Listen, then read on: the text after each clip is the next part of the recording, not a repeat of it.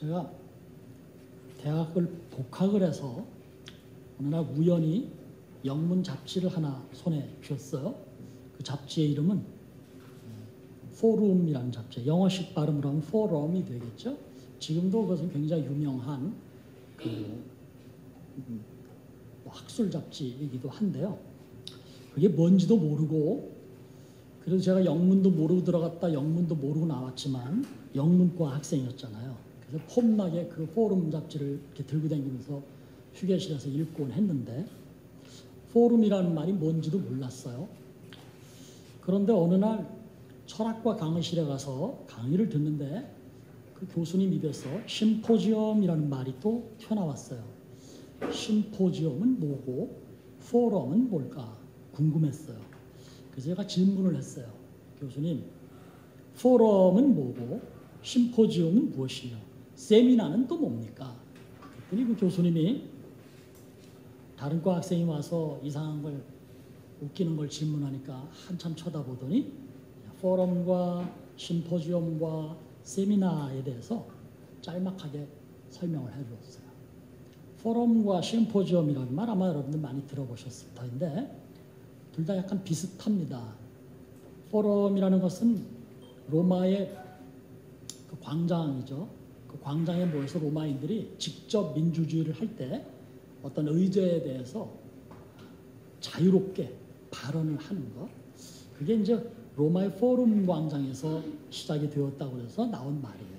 즉 어떤 주제에 대해서 여러 사람들이 자기가 생각하고 있는 것들을 자유롭게 발언을 하는 거예요. 때로는 충돌도 하고 때로는 합의도 되고 그러면서 자연스럽게 어떤 결론에 이르려는 것을 포럼이라고 이야기를 해요. 지금도 요즘에 말이죠. 무슨 포럼이라는 단어를 많이 쓰죠.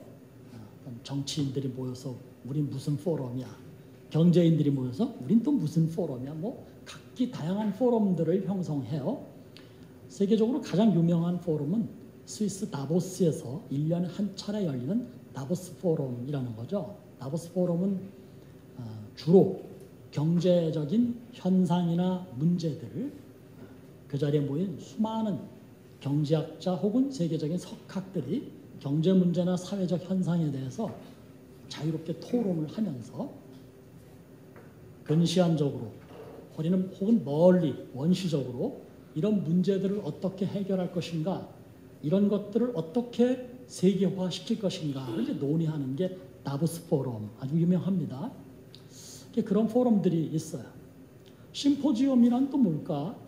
심포지엄이라는 것도 많이 해요. 학자들이나 무슨 공부하는 사람들이 모여서 어떤 주제를 정해놓고 심포지엄을 합니다.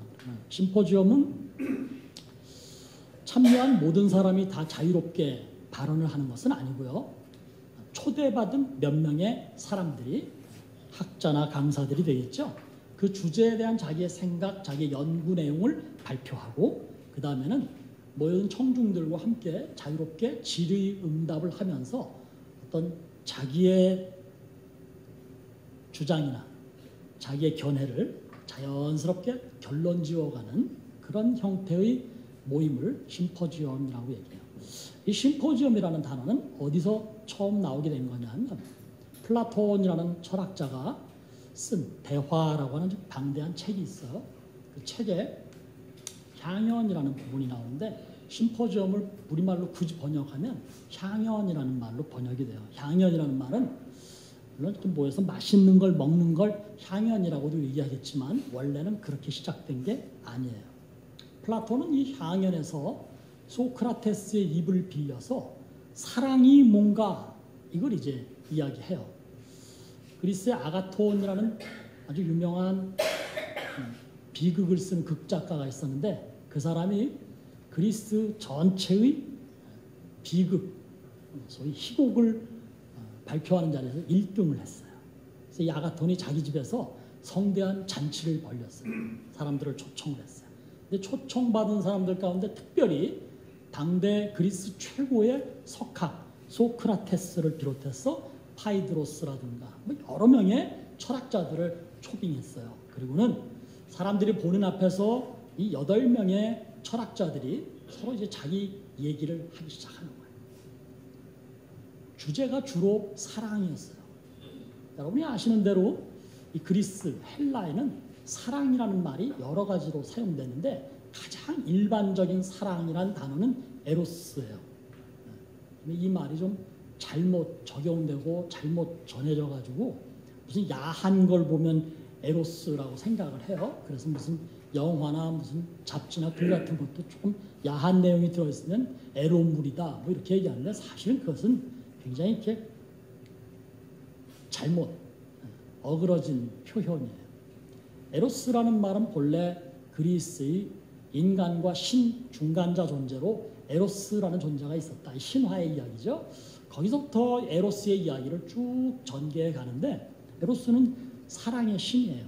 그런데 에로스라는 사랑이 도대체 뭐냐? 이걸 이제 소크라테스가 쭉 이야기를 하는 거예요. 플라톤은 소크라테스의 이야기를 빌어서 자기의 책을 만든 거거든요. 소크라테스가 다양한 이야기를 하면서 에로스에 대한 개념을 이렇게 정리해요. 에로스라고 하는 것은 굉장히 아름다운 것이다. 아름다울 미자를 써서 세상에서 가장 아름다운 개념이 바로 에로스다. 에로스라고 하는 것은 처음에는 육체적인 탐닉 혹은 육체적인 관계에서 에로스가 시작되는 것은 맞다. 뭐 일반적으로 남자와 여자가 서로 좋아하고 사랑하는 것 그걸 에로스라고 이야기하지만 소크라테스는 그것만 가지고 에로스를 정리하지 않았어요. 에로스라는 말은 그거보다는 좀 더 의미가 깊고 좀 더 가치 있는 개념이다. 뭐냐면 남자와 여자가 처음에 첫눈에 반해서 서로 막 좋아할 수 있겠지만 그것을 에로스라고 말하지 않고 두 사람이 서로 교제하면서 상대가 무슨 생각을 하고 있는지 무슨 마음을 품고 있는지 어떤 사람인지를 자꾸 알아가면서 사랑의 깊이와 가치가 더해지는 것 그게 바로 에로스이고 거기서만 멈추지 않고 그 상대가 가지고 있는 것을 다 사랑하는 거예요. 예를 들면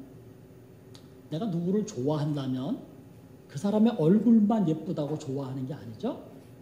그 사람이 가지고 있는 생각이나 혹은 그가 처한 환경까지 다 좋아하는 거예요. 나는 당신은 좋아하는데 당신 엄마는 싫어. 나는 당신은 좋아하는데 당신 친구들은 정말 싫어. 이러면 이제 에로스의 과정으로 나아가는 것이 못 된다라는 거예요. 그러면서 이제 소크라테스는 에로스의 최종 단계는 뭐냐면 그것은 세상을 사랑하는 것이다. 사랑이라는 것이 얼마나 아름다운 것인가. 인간은 사랑하기 위해서 태어났고 사랑받기 위해서 태어났을 뿐만 아니라 사랑을 숭상하고 사랑을 추앙하는 그런 존재여야 한다. 이게 이제 말하자면 소크라테스가 얘기한 것을 제 식으로 해석한 이야기예요. 이제 여러분은 세상 사람들이 매체에서 무슨 에로가 어떻고 이런 얘기하면 저건 정말 웃기는 표현이야. 에로스라는 말은 그런 게 아니야 라고 기본적으로 생각하셔야 돼요. 그리스 철학에서 가장 최고의 단계에 이르는 것을 에로스라고 소크라테스 같은 철학자들은 정리를 한 거예요. 이 모임을 심포지엄이라고 얘기했고 향연이라는 얘기는 여기서 이제 시작이 된 거예요. 제가 오늘 여러분들에게 무슨 뭐 대단한 걸 아는 것인 양 철학을 이야기하고 사랑을 이야기했는데 오늘 이야기는 예수님께서 정리해 주신 사랑의 이야기를 여러분과 조금 나누고 싶어서예요. 아까도 말씀을 드렸지만 그리스어의 사랑이라는 말은 다양한 이야기들이 있어요. 에로스도 사랑이고요. 에로스와는 대척점에는 또 하나의 사랑. 에로스가 인간이 추구하는, 인간이 향하는 가장 의미 있고 가치 있는 사랑이라고 한다면 인간보다 더 위에 존재하는 신의 사랑, 신적인 사랑, 이것을 아가페라고 이야기했죠. 여러분 아는 단어예요. 성경에 많이 등장하는 단어이기도 해요. 예수님께서 말씀하신 사랑이란 단어는 아가페라는 용어를 사용했어요. 그래서 사람들은 흔히 에로스와 아가페를 서로 대비되는, 서로 반대되는 개념으로 생각하는 거죠. 그래서 아가페가 하나님이 사람을 위해서 십자가에 달리신 신적인 사랑이라면 에로스는 인간이 서로 좋아하는 그런 육체적인 탐닉, 육체적인 사랑이다라고 치부하는데 그렇지 않다라는 얘기를 제가 좀 전에 했어요. 예수님은 제자들과 마지막 만찬을 하는 자리에서 제자들의 발을 씻겨 주었어요. 그리고 제자들과 마지막 만찬을 나누시며 떡을 나눠주시면서 이 떡은 너희를 위해 찢기는 내 몸이라고 말씀하셨고, 잔에다가 포도주를 부어주시며 그 붉은빛 포도주를 지칭하여 너희를 위한 약속의 잔이다, 약속의 피다. 그래서 흔히 보혈이라는 개념으로 이야기하죠. 예수님이 그토록 제자들과 깊은 사랑의 이야기를 나누면서 중간쯤 이르렀을 때 지난주에 우리가 말씀 나누었던 이 요한복음 13장 앞부분의 이야기, 가룟 유다가 이 마지막 만찬의 자리를 이탈하는 이야기가 나왔어요. 예수님께서 가룟 유다의 접시에 빵을 하나 갖다 주시면서 이제 네가 할 일을 빨리 해라. 그래서 가룟 유다가 슬그머니 일어나서 나갔고, 나머지 제자들은 유다가 왜 나가는지도 상황을 이해하지 못했어요. 그 순간에는 예수님과 유다만 알고 있었던 거죠. 유다는 예수님을 배신하는 과정이고, 예수님은 배신자 유다의 심정을 이미 다 알고 계셨고, 그래서 그것을 용납하신 상태. 그런데 유다가 자리를 털고 일어났을 때 예수님은 남아있는 11명의 제자들과 함께 마지막 가르침을 시작하셨어요.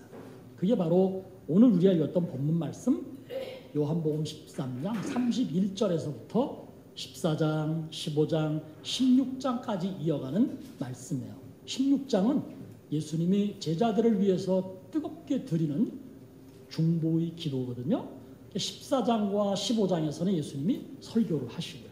이게 이제 예수님이 제자들과 나누었던 마지막 가르침, 마지막 설교, 마지막 기도인데, 그 첫 부분의 말씀을 예수님이 무엇으로 시작하였느냐 하면 사랑의 이야기로 시작하셨어요. 예수님 그런 말씀은 하지 않으셨지만 예수님의 심정으로 돌아간다면 아마 그렇게 시작하셨을 것 같아요. 얘들아, 세상에는 사랑이 많지 않냐?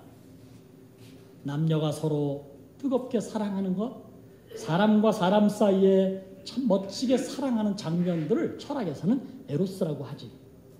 너희들처럼 친구와 친구 사이에 진한 우정을 나누는 것을 세상에서는 필리아라고 부르기도 하지.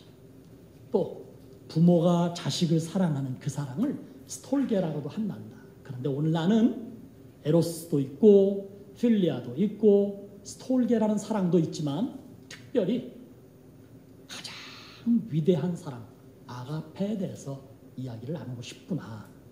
그러면서 하신 말씀이 오늘 본문 말씀 34절과 34절에서 이야기되는 거예요. 사람들이 예수님께 몇 번 물었어요. 예수님, 도대체 예수님께서 알고 계시는 가장 중요한 계명은 뭡니까? 그때마다 예수님께서 말씀하셨어요. 계명 중에 가장 큰 계명은 주 너희 하나님을 사랑하는 것이다. 그런데 그게 첫 번째라면 두 번째 사랑이 있는데 이 두 번째 사랑도 첫 번째와 크게 다르지 않은, 그 가치가 굳이 두 번째지만 첫 번째와 별반 상관이 없는 아주 가치 있는 또 하나의 사랑이 있으니 그것은 너희가 서로 사랑하는 것이다. 이른바 형제 사랑, 이웃 사랑에 대해서 예수님은 말씀하셨어요. 십계명 제1번은요. 주 너희 하나님 외에 다른 것을 사랑하면 안 된다. 섬기면 안 된다. 이런 말씀이에요. 네 번째 계명은 안식일을 기억하여 거룩히 지켜라 해요. 1번, 2번, 3번, 4번의 계명은 피조물인 인간이 조물주인 하나님을 향해서 제가 하나님을 사랑합니다. 하나님을 잘 섬기겠습니다. 그리고 하나님이 너희는 세상의 그 어떤 것보다도 나를 사랑해야 한다라고 말씀하시는 것이에요. 이른바 인간이 하나님을 사랑하는 방법이죠. 그런데 10계명은 5계명부터 10번째 계명까지 있어요. 이 계명 속에는 여러 가지 얘기들이 있는데 사람이 사람의 생명을 함부로 다루면 안 된다. 살인하지 말라. 사람이 다른 사람의 물건에 손대면 안 된다. 도적질하지 말라. 남녀 사이의 규범을 벗어난 사랑을 나눈다. 윤리를 벗어난 사랑이라는 것은 가능이다. 또 부모를 공경해야 한다. 또 이웃의 것을 탐내거나 함부로 하면 안 되며 거짓말을 하면 안 된다. 이런 윤리적인 얘기들을 10계명은 5계명부터 10번째 계명까지 담고 있어요. 그것은 무엇을 의미하는 것이냐 하면 1에서 4계명까지가 하나님과 인간 사이의 관계를 설정한 것이라면 이 5번째부터 10번째 6개의 계명은 사람과 사람 사이의 관계를 설정하고 있는 거예요. 가족 사이에, 혹은 여러분의 친구들 사이에, 혹은 여러분이 회사에서 직원들, 동료들 사이에 이런 것들을 지키면서 살아야 한다는 거예요. 그런데 그게 무슨 법이나 윤리에 머무르는 것이 아니고 예수님의 표현대로 한다면 그것은 법과 윤리, 도덕을 훨씬 더 넘어서는 사랑이다라고 말씀하시는 것이에요. 적극적인 것이죠. 근데 그 사랑은 어느 정도의 분위기냐 하면 철학자들이 이야기하는, 앞서 제가 소크라테스 이야기를 잠깐 쉽게 설명했지만 소크라테스 같은 그런 철학자들이 이야기했던 에로스, 그는 그것이 세상에서 가장 가치 있는 것이라고 설파했지만 사실은 그것보다 더 의미가 깊고 더 가치 있는 사랑이 있으니 그것이 바로 아가페이고, 이 아가페는 하나님께서 너희를 사랑하는 것이며 이제 내가 너희를 대신해서 너희의 죄값을 따라 십자가를 지는 것, 이게 바로 아가페인데 너희도 세상을 살면서 에로스보다 더 가치 있는 아가페의 사랑을 행해야 한다. 예수님이 이 말씀을 가르치고 있는 거예요. 배신자 유다가 자리를 이탈한 그 자리에서 예수님이 11 제자와 함께 사랑에 대해서 향연을 베풀고 있는 것이죠. 여러분, 하나님께서 우리에게 주신 여러 가지 말씀들이 있어요. 계율들이 있어요. 근데 그 계율들을 한 단어로 확 압축해서 말하자면 그것은 사랑이에요. 그래서 둘로 나누어서 분류한다면 하나님을 사랑하는 것이고 또 하나는 사람과 사람 사이에 사랑하는 것이에요. 여러분 다 하나님을 사랑하는 분들이에요. 그러니까 오늘 주일에 이곳에 모여서 하나님께 우리가 예배를 드리고 있는 것이죠. 그런데 하나님이 우리에게 요구하는 것은 나만 사랑하지 말고 너희들도 서로 사랑해야 된다라고 말씀하셨어요. 예수님은 이 사랑을 가르치시면서 어떻게 하면 제자들이, 그리고 이 제자들을 통해서 내 이야기를 앞으로도 전해들을 수많은 세상 사람들이 자기들끼리 서로 사랑할 수 있을까? 그래서 예수님이 제시하신 것이 바로 교회라고 하는 거예요. 교회라는 단어는 본래 이게 오늘날에 이런 교회 용어로 쓰여졌던 것이 아니고 정치적 용어였어요. 사람들이 서로 이렇게 모여드는 것, 광장에 모여드는 걸 에클레시아, 교회라고 했는데 예수님은 그 교회라는 단어를 정치적이고 사회적인 용어로 사용하지 않으셨고 이것을 거룩하게 만드셔서 하나님을 예배하기 위해 모이는 사람들의 모임, 이걸 교회라고 말씀하셨어요. 그런데 단순히 하나님만을 예배하기 위해서 모이는 것으로 끝나는 게 아니라 하나님을 예배하기 위해서 모인 사람들이 그곳에서 서로가 서로를 보듬어주고 안아주고 품어주고 손잡아주고 위로해주고 사랑해주는 모임, 그것을 예수님은 교회라 부르셨던 거예요. 그래서 예수님이 부활하시고 하늘로 승천하신 이후에 제자들은 예수님의 명을 받아서 한 자리에 모여서 열심히 기도했고, 그래서 성령께서 그 자리에 임재하셔서 제자들이 복음을 증거하게 되었고 각양 이적들을 행할 수 있게 되었는데 절대로 흐트러지지 않았다는 거예요. 함께 늘 모였다는 거예요. 모인 자리에서 하나님을 예배했을 뿐만 아니라 모인 사람들이 서로 밥을 나누어 먹고 서로를 위로하고 서로에게 깊은 사랑을 주고 받았다라는 것. 그게 이제 오늘날의 교회의 모습이에요. 사랑하는 성도 여러분, 저는 오늘 에로스라고 하는 사랑도 인간과 인간 사이에 육체적 관계 혹은 만남에서 이루어지는 사랑을 에로스라고 했는데, 위대한 철학자는 에로스가 세상에서 가장 아름다운 것이고 가치 있는 것이라고 말했다고 소개했어요. 그런데 그 철학자를 넘어서서 예수님은 사랑이 가장 아름다운 것인데 그 사랑의 단계는 에로스보다 더 위대한 아가페가 있다라고 말씀했다고 이야기했어요. 그런데 뭐 저도 그렇고요, 여러분도 그렇고, 우리가 오늘날 가지고 있는 사랑은 어떤 걸까? 뭐 이걸 스스로 돌아보는 시간이었으면 좋겠어요. 저도 설교를 준비하면서 이 말씀을 묵상하면서 내가 가지는 사랑의 마음이라는 것은 무엇일까? 내 아내 혹은 내 가족들을 내가 사랑한다고 하는데 거기서 갖는 나의 사랑의 정도는 어느 정도일까?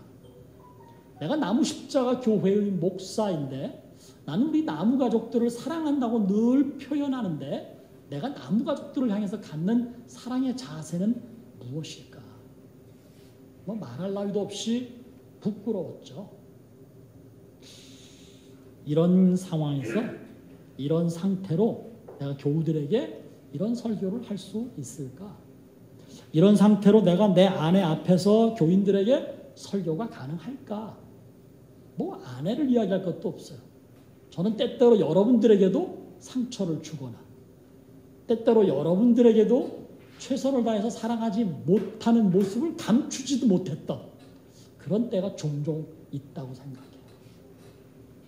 그럼에도 불구하고 오늘 우리에게 주시는 이 본문 말씀, 아니 제게 오늘은 이것을 설교해라, 제가 고른 것도 아니고 그냥 읽으면서 설교 내용을 전하다 보니까 어느덧 요한복음 13장이 이르렀고 31절에서 35절, 34절과 35절 예수님이 주신 이 세 계명, 가장 위대한 계명 사랑을 설교할 수밖에 없다라는 거예요. 그래서 사실은 몹시 당황스럽기도 했어요. 그럼에도 불구하고 예수님이 우리에게 주신 지상 명령인 이 사랑을 어떻게 풀어갈 것인가? 예수님이 우리에게 보여주신 본이 우리의 죄값을 대신해서 그분이 내 대신 죽는 십자가의 사랑이었어요. 세상을 살아가는 인간 가운데 예수님처럼 누군가를 위해서 대신 죽어줄 수 있는 사람은 거의 없어요. 물론 부모님, 특별히 아빠보다 더 다정하고 더 섬세한 사랑을 가진 엄마가 자식을 위해서 대신 죽고 싶은 심정, 죽을 수 있는 자세는 되어 있지만 사실 일반적이지는 않죠. 근데 우리를 향해서 너희도 이렇게 사랑해라 라고 예수님이 가르쳤으니 그럼 우리는 어떻게 해야 할까? 미안해요. 답은 없어요. 왜? 그렇게 할 수가 없으니까. 그렇게 하기가 너무 힘드니까. 그래서 다시 한번 여러분들에게, 우리 나무 가족들에게 예수님이 말씀하셨던 이 사랑의 근본, 가장 기본을 상기시키며 요것만큼이라도 우리가 한번 연습해 보았으면 좋겠어요.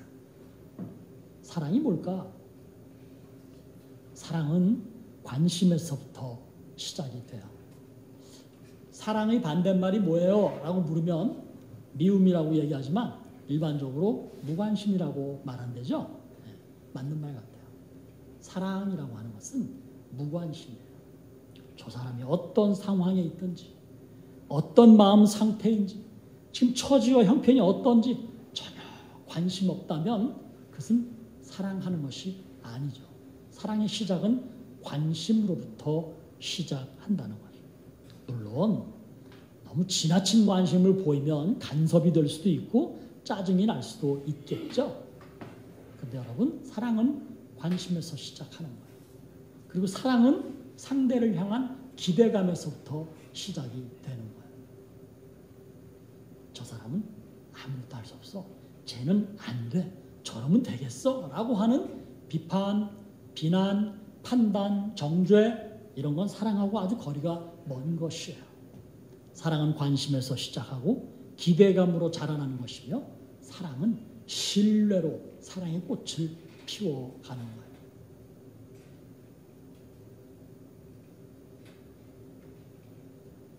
주보를 못 만들면서 오늘이 처음이 아니죠. 두 번째. 제가 저 4층 계단에서 내려오면서 그런 생각을 했어요. 야, 교인들이 참 그러겠다. 아유, 목사님 주보 맨날 틀리는 거 나오더니 오늘은 주보를 펑크 냈네. 지난번에도 언젠가 한번 펑크 내더니 저 양반을 도대체 물밑뿌리가 목사라고 따를까? 라고 하는 교인이 있다면 어떻게 할까? 제가 소심해요, 무척. 그래서 4층을 내려오는데 그 생각을 합니다. 노래지는 거예요. 우리 백승현 집사님에게 이거 좀 써줘. 그러면서 앞에서 둘이서 이제 이걸 얘기하면 속으로 백 집사 이 양반 분명히 속으로 그럴 거야. 뭡니까? 목사님? 그런데 여러분, 그럼에도 불구하고 다음 주일은 주보가 나오겠지라는 기대감을 갖는 것, 그게 저를 향한 사랑의 시작이에요. 손현주 권사님이라고 전에 다른 교회 다니시는 분인데 그분이 이 주보의 틀을 만들어줬거든요. 그저께 밤늦게 메일이 왔는데 목사님, 여름이 다가오니까 나무 십자가 교회 주보의 색깔을 여름 색깔로 좀 바꿔봤어요. 그래서 푸른색, 아주 파란색 틀이 왔어요. 그래서 제가 너무 좋아서 사실은 2주 전에 제가 그 기대를 했거든요. 전화를 한번 할까 말까 하다가 바쁜 사람한테 뭘 이런 것까지 부탁할까 싶어서 꿀떡 삼켰는데 부탁하지 않았는데 본인이 먼저 제 계획을 보내준 거예요. 그래서 제가 너무 흥분되고 좋아서 어제 밤늦게 주보를 다시 만들었어요. 근데 그만 이런 사건이 생긴 거예요. 예송이에게 참 미안하고 그래요. 근데 여러분, 이건 그저 삽입한 이야기인데 사랑이라는 것은 상대를 향해서 갖는 기대감, 그리고 그 기대가 자꾸 채워지면서 상대에게 갖는 신뢰, 믿음, 이게 바로 사랑이고요. 관심과 기대와 신뢰가 채워지면 그 다음에는 그 사람을 위해서 내가 무언가를 할 수 있는 것들이 생겨나는 거예요. 마지막은 예수님의 십자가처럼 생명까지 내줄 수 있는 거겠죠. 저도 그런 경험을 해본 적이 없고 제 자신에 대해서 그런 기대감을 감히 가져본 적이 없기 때문에 함부로 예수님의 십자가 정신을 이야기할 수는 없지만, 그래도 여러분과 함께 우리가 이 작은 공동체 나무 십자가 안에서 갖고 싶은 건 있어요. 그것은 저는 여러분을 향해서 한 사람, 한 가정, 한 가정을 향해서 조금 더 관심 있게 바라보고, 그리고 구체적인 기도의 제목을 가지고 기도하는 거예요. 그리고 여러분 한 사람을 향해서 갖는 기대감을 품는 것이죠. 우리 아이들에게, 재직들에게, 새로 나오셔서 이제 세례를 받으신 분들에게, 우리 교회를 위해서 섬겨주고 기도해 주시는 분들을 향하여 기대감을 품는 거예요. 그리고 기대가 크든 작든 조금씩 채워지는 과정에서 여러분을 향해서 갖는 신뢰, 믿음, 이게 바로 사랑인데, 저는 여러분들도 이 안에서 우리가 함께 이 관심과 기대와 신뢰라는 것을 만들어 갔으면 좋겠어요. 넌 지금까지도 그런 걸 해왔어요. 이제 해왔지만 사랑이라는 것이 무엇인지 조금 더 알았다면, 이것에 대해서 조금 더 성찰이 됐다면 더 적극적으로 사람들을 향해서 관심과 기대와 신뢰를 갖는 거예요. 사람은 동등하게 만들어졌어요. 따라서 동등하게 대우받아야 돼요. 가진 것 정도에 따라서, 배운 것 정도에 따라서, 지금의 형편 정도에 따라서 사람은 높거나 낮거나 더 대우를 받거나 대우를 덜 받을 수 있는 존재는 세상에 아무도 없어요.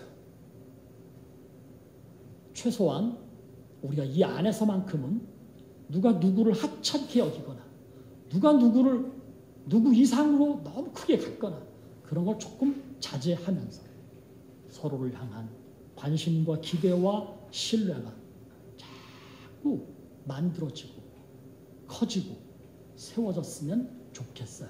사랑은 이렇게 시작되는 거예요. 에로스에서 시작된 사랑이라고 하더라도 날 위해 십자가 지신 예수 그리스도의 은혜를 새기며 나도 누군가를 위해서 중보하는 마음으로 기도하고 중보의 심정으로 그를 돕거나 관심을 가질 때 주님이 말씀하신 아가페는 우리 안에서 아주 조금씩 그리고 아주 천천히 그러나 분명히 일어나고 있다고 저는 확신해요. 그렇게 나무 십자가 교회가 세워지고 그런 바탕에서 부흥할 수 있기를, 그리고 여러분 한 분 한 분이 그렇게 신앙적 성숙을 이루어가기를 주님의 이름으로 축복합니다. 하나님 감사합니다. 우리 주님께서 가르치신 세 계명 사랑을 또 다른 각도에서 교우들과 함께 생각하며 그것이 우리 나무 십자가 교회 안에서 조금씩 천천히 그러나 분명하게 일어나기를 소망하며 기대합니다. 저를 비롯해서 우리 교우들 전체가 어린 아이에 이르기까지 서로가 서로를 향한 관심과 기대와 신뢰로 가득하게 하셔서 정말 사랑해야 할 때가 이르렀을 때, 아니 사랑하기 정말 힘들지만 그럼에도 사랑해야 할 때 사랑할 줄 아는 우리 나무 십자가 교회가 되게 해 주시옵소서. 예수님의 이름으로 기도드립니다. 아멘.